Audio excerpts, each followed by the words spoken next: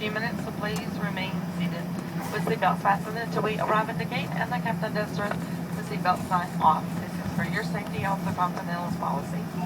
When the captain releases the seatbelt sign, please remember to check your seatbelt pockets and seating area for your personal items. Please use caution when opening overhead bins, as items tend to move about during flight. For those of you with items given to an agent while boarding, those items are the ones with blue backpacks on them. They will be returned to you within the jetway. As you deplane the aircraft, if we do use stairs, they will be returned to you at the bottom of the stairs.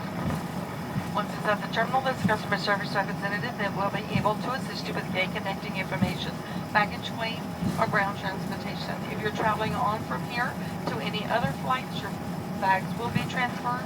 Your check bags will be transferred over to your next flight. On behalf of Continental Express, we're in charge of the base flight crew. We realize you have a choice of carriers. Thanks for choosing Continental Express. We look forward to serving you in the near future on a Continental Express flight. Thanks. Have a great day. Great weekend, everyone. Be safe driving if you're driving today. In whichever city is your final destination. Welcome to New Orleans. And the local time is 10:25.